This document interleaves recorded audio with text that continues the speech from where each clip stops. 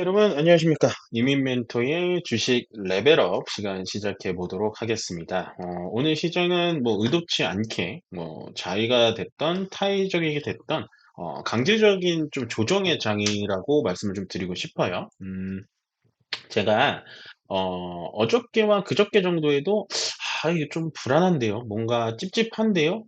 하면서 계속 말씀을 드렸죠. 근데 이틀 동안 이런 식으로 올라가면서 '아 저도 틀렸습니다. 저는 요 자리 2,900 이하에서 조정 나올 것 같았는데 아 틀렸습니다.' 하면서 요 이틀 올라가면서 저도 '아 참 시장 맞추기 힘드네요.'라고 말씀을 드렸는데 어쨌든 오늘 어떻게 보면 제가 기다려왔던 그리고 여러분들이 기다려왔던 조정장이 좀 시작이 된 거예요, 이렇게 된다면. 예. 왜 그러냐면 제가 이 자리부터 이렇게 이틀 올라가는 건 어쩔 수 없고 저도 인제 예측하지 못했으니까.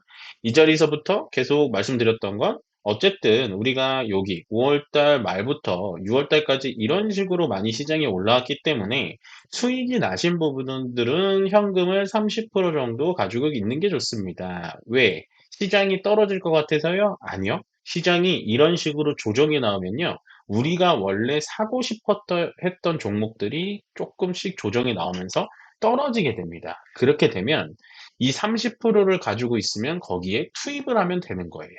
예. 무슨 개념인지 아시겠죠?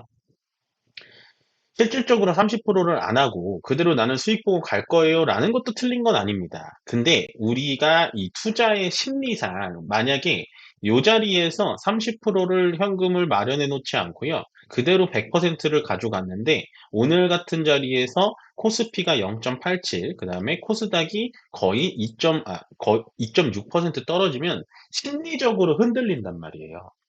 그러니까 그것까지 생각을 해야 되는 거예요. 돈을 좀 더 벌고 안 벌고가 아니라 제가 말씀드렸다시피 저도 이 자리에서 조정이 나왔는데 이렇게 2번 정도 올라갈 줄 몰랐다라고 말씀드리잖아요. 그런 식으로 시장의 하루하루 예측을 정확하게 맞출 수는 없지만 곧 나올 조정은 어느 정도 예측이 가능하기 때문에 현금을 이 정도는 갖고 있어야 이렇게 오늘처럼 모든 종목이 떨어질 때도 멘탈이 안 틀어진다라는 겁니다. 무슨 말인지 아시겠죠?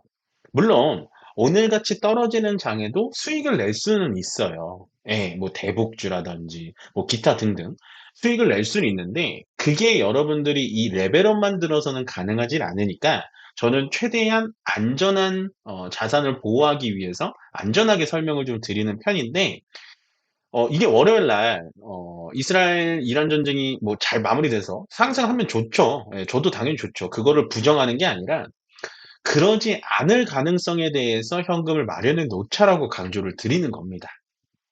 아시겠죠? 그래서 만약에 이게 어찌 됐든 지정학적 리스크라는 건 조정이 이틀 내지 길게는 5 거래일까지도 나올 수가 있어요. 다음 주 내내 나올 수가 있어요. 근데 제가 여기서 또 한번 힌트를 드릴게요. 예전에 우리가 인제 이쪽 중동 전쟁 쪽이 언제 일어났냐면 2023 년도 10월 달에 일어났습니다. 2023 년도 10월 달. 요걸 주봉으로 보여 드릴게요.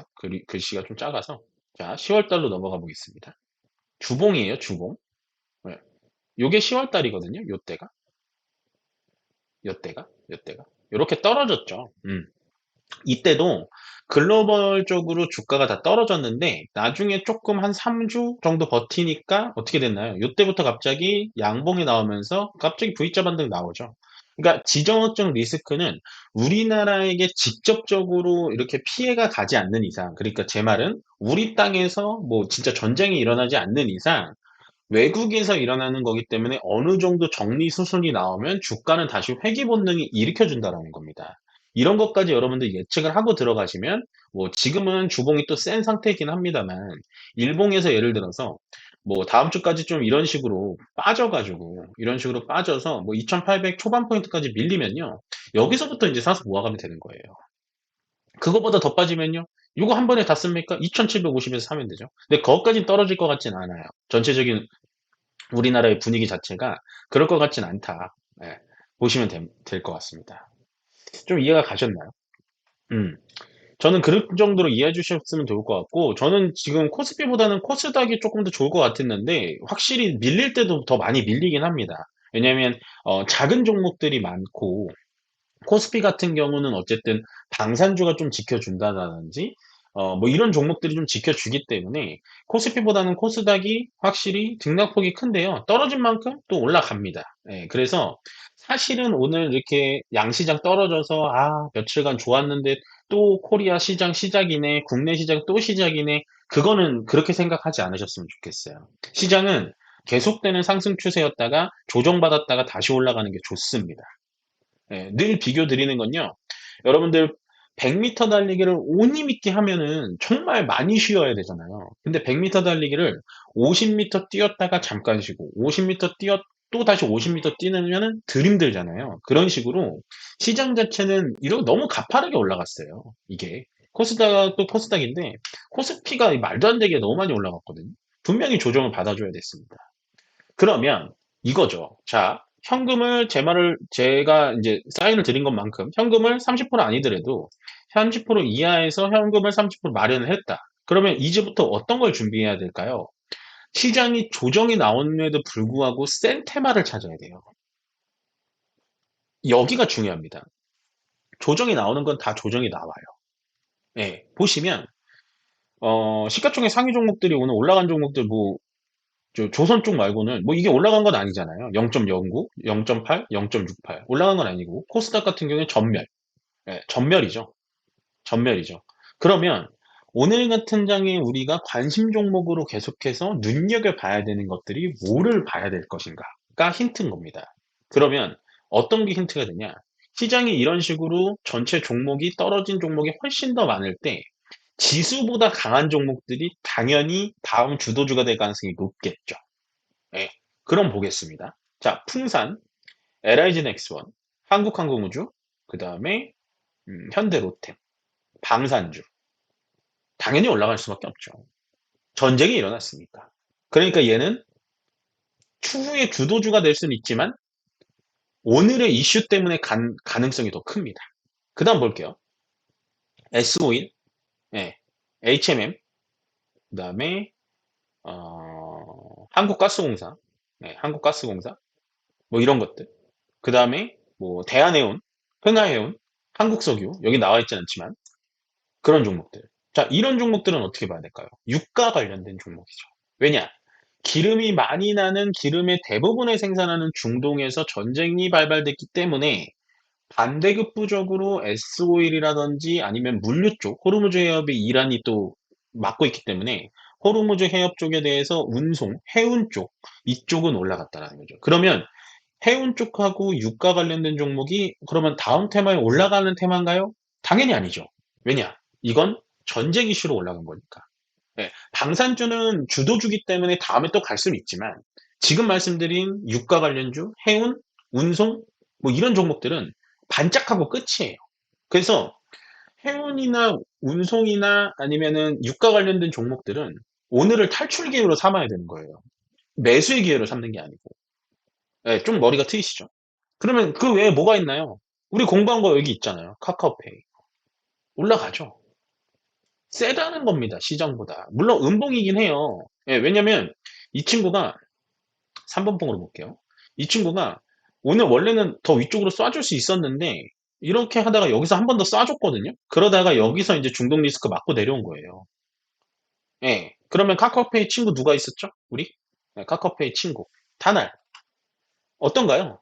얘도 아직도 이 자리 지키고 있죠. 우리가 이날 공부했잖아요, 여러분들. 예, 스테이블 코인 얘기하면서. 다음날 좀 빠졌다가 빠진 만큼 오늘 또 다 올라왔죠. 예, 그다음 또 뭐가 있었나요? 제가 하나투자증권 얘기 들었죠. 하나투자증권.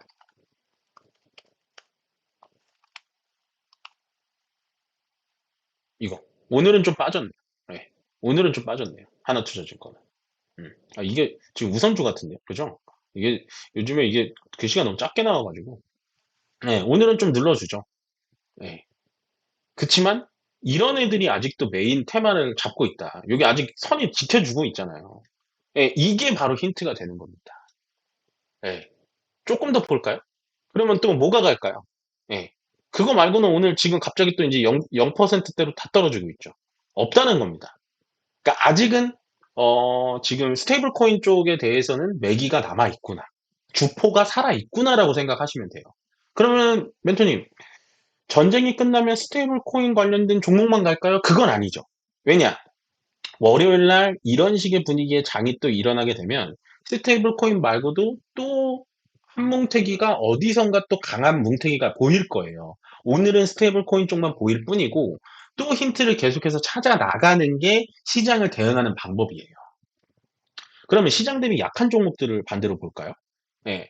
한진칼 뭐 이런 거는 됐고 LNF, LNF 2차 전지, 에코프로머티 2차 전지, 코스모화학 2차 전지, TCC 스틸 2차 전지, 그 다음에 HL 만동 자동차, SL 자동차 어떤가요? 2차 전지랑 자동차는 지금 좋을 수가 없는 상황이라는 겁니다. 시장보다도 완전 많이 빠졌잖아요. 그러니까 안 좋은 종목들의 특징이 뭐냐면 시장이 안 좋을 때 조정을 받을 수는 있거든요. 예, 시장이 안 좋을 때 이런 식으로 어떤 종목들이 좀 괜찮을까요? 음, 딱히 특별한 뭐 어떤 종목이 딱 좋다라고 말씀드리긴 참 어렵지만 어쨌든 두산 에너빌리티 같은 경우 원전 이슈가 있잖아요. 좋은 종목들은 시장이 좀 조정 나와도요. 보합권이나 약보합권에서 멈춰줘요. 이런 식으로. 예, SK 하이닉스도 오늘 보합이잖아요. 움직임은 좋았지만.